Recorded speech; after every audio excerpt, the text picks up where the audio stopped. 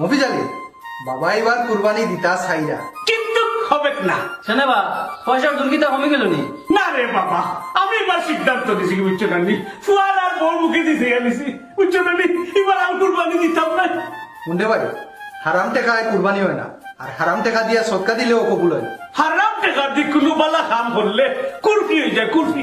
ও চাচা, এর লাগে কি তাই এবার কুরবানি দিতা নাই এবার? মুন্ডে ভাই, আগে আব্বা তবা করিয়া সুদর কারবার ছাড়বা, তারপরে সব সম্পদ বাটিয়া দিলাইবা, তারপরে যদি তৌফিক দেন আল্লাহ, আমার আব্বায় কুরবানি দিবা।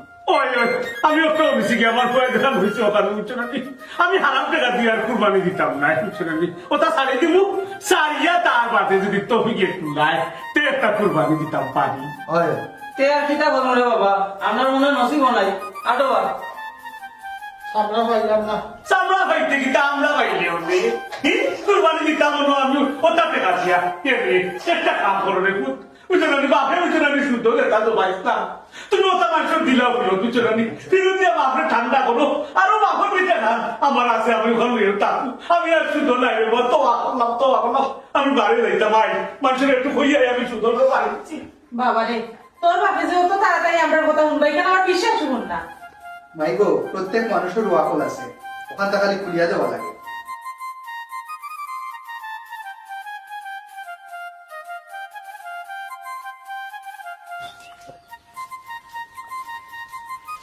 ওই জায়গায় পয়সা পান না